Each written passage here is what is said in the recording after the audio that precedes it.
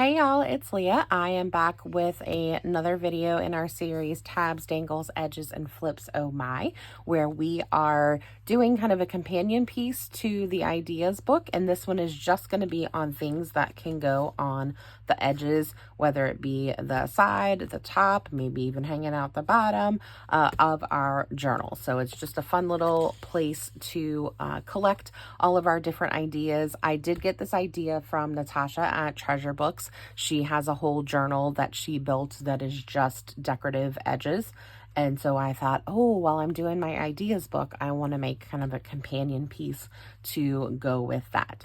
So for today's projects, we are going to do 4 different things. Some are with die cuts, and one is actually using some ribbon or some chiffon to make. I promised y'all I was going to show you how to do fake ruffles on pages if you don't use a sewing machine, if you don't have a sewing machine or just don't want to pull it out for something. But our first one is going to be using little half circles. So it's going to be to make kind of a faux scalloped edge. So if you have any size circle punch, or if you have a die cut machine that you have a circle die for, or if you're really good at freehanding, cutting, you can also trace circles and then cut those out. But you just cut those in half, and then you are going to just glue a little bit on the edge, because we're just gonna have them kind of hanging off the edge a bit, or really on the paper just a little bit. I need to go a little bit more with this. There we go. So you can kind of see I'm about 1/4 of an inch hanging over, but that is totally up to you as far as how far you go with that. So I'm just adding a little bit of glue on there, and I'm just going to put them right up against one another. Now, if you do like to use your sewing machine and you have a loose page, or you're able to, like this, I could actually get in my sewing machine. You could then run a stitch through there. That would look really pretty.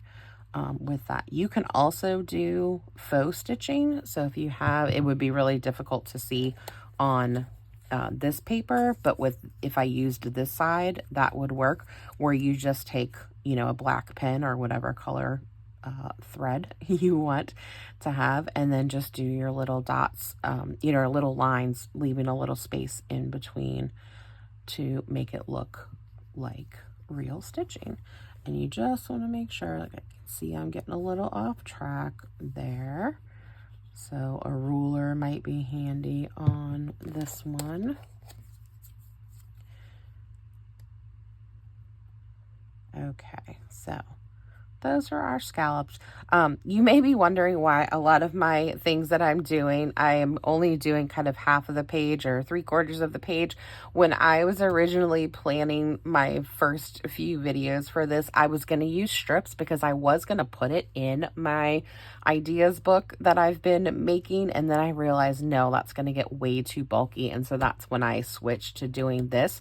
But I had used almost all of the paper that I'm using today, and the stamps I had already pulled out and just had those things. Plus, I think it's not always the most fun thing to do to just watch me sit here and glue.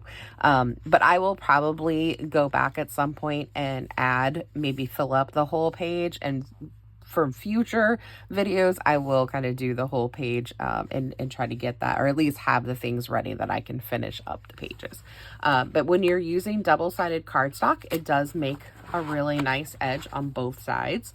So now you get that real pretty piece. You could even take a piece of like twine. I have some baker's twine here, and you could just glue that on top, either here at the bottom to kind of make the finished edge. You can do it a little bit on top so it kind of looks like the stitching. Sorry, I know this brace is kind of a pain in the butt to see, but if you are watching, as you are watching this, I have had surgery and I am recuperating right now, and so but I will still have this thing on for a few more weeks afterwards.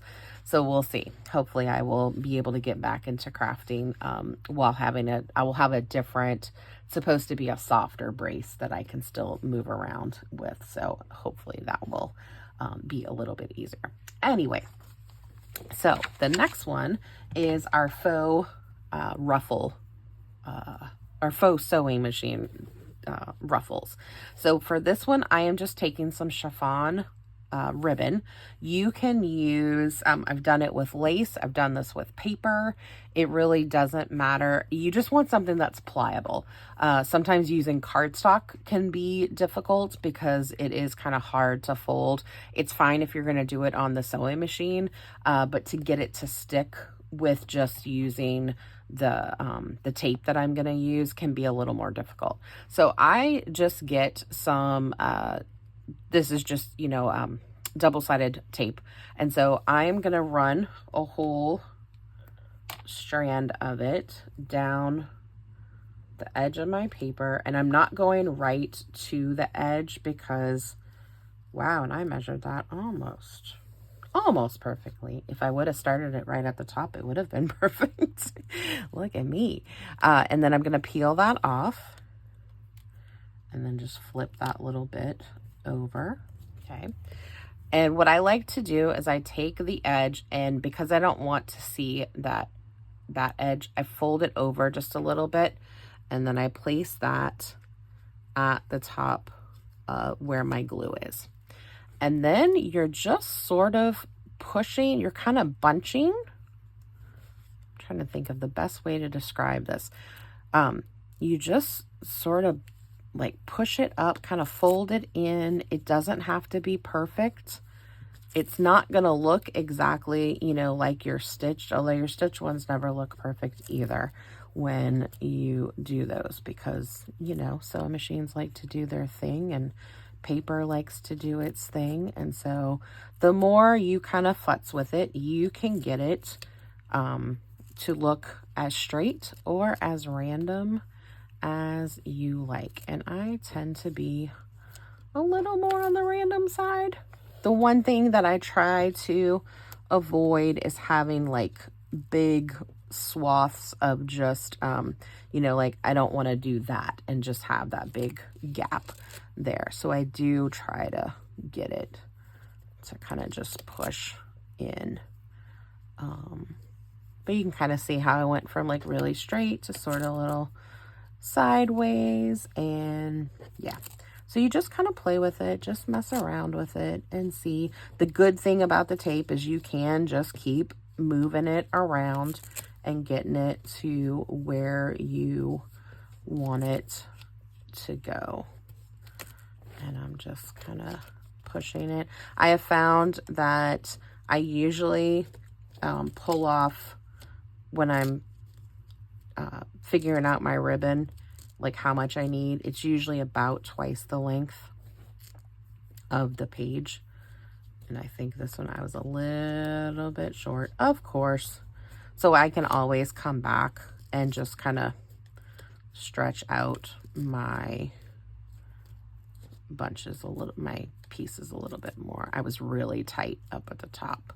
And so I would just kind of play with that a little bit more, but you get the idea. So now we have our little page ruffle, and you can do this closer to the edge. That one I didn't get, I didn't hang it over as much as I probably would have liked to.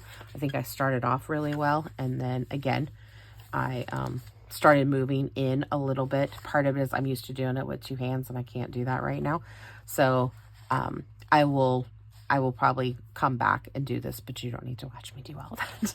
So anyway, all right. Our next one is going to be using some die cuts, and I just cut out some little hearts out of some fancy paper. This is not double. Oh, it is double-sided. See, look at me. I'm telling fibs right now. So it is double-sided, so you can't, and I would, you know, anytime you're using paper, if you can have double-sided, if it's going to hang over the edge, I always think that looks nicer. If you don't have double-sided as an option, I would just either ink it, you can stencil it, you can paint it, you can just do something, you can spray it, just something so you're not looking at that white background. You can even cover, I'm just trying to think, you can glue two pieces of double or single-sided paper together before you run it through your machine. You could put some coffee dyed paper on the back of it. I just like something other than the white showing. But that's just my personal preference. Okay. So for these, we're just going to make a little border going down, and I'm going to do it where half is on the page and half is hanging off the page. So I'm just going to put a little bit of glue there, and I want to have this come all the way up to the top, because then I have that little piece sticking up there. And then we're going to go here. Now this one, you can decide how much space. I want a little gap in between my hearts, but I'm really trying to be careful with lining it up right on the edge. So it's like the page is cutting the heart in half. That sounds terrible, doesn't it? We don't want to cut hearts in half. No broken hearts here. You could definitely space these out even more if you wanted to. Just depends on the look that you are going for. You could even do, and in looking at this, like 3 would just be really cute to do on a page this side. I like using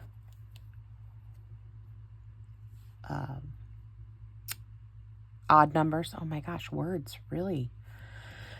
Oh, yeah. So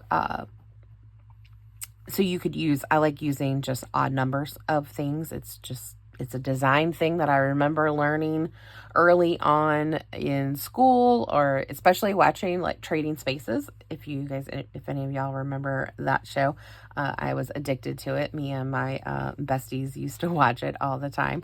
And so that was always a fun one. So now when we flip the page over, we have our fun little half hearts on the other side, but it does kind of give just this fun little decorative look on there. Okay. All right. Our last one is it's not going to be a full edge. It's just going to be kind of a little piece that goes at the top. And these are some little clusters that I made while watching a friend's video the other day. And I'm going to do a piece on these in my other series, in the Ideas book series. I'm going to make some of these, and so I'll go through the how to do these. But it's basically just using some die cuts of different shapes and then adding a little button on the top. You can do real stitching and stitch through your pieces. That's what I did. So I sewed them on there. Or you can do faux stitching, or you can just stitch through the button and then not go through the paper, and then just glue the button to your paper. So that works as well. So I'm just going to try out a couple of different ones. I think I just want this to go in the top corner. And so I've got that option. I know I'm not going to use the pink one because the pinks don't really go together. But I really think this is the one that spoke to me when I was doing, yes, I do want the butterfly. And I like that I can kind of put it at an angle and it looks like it's sort of flying off the page. So we are just going to add that. Actually, I think I'm going to do it this way, where I'm putting the glue here.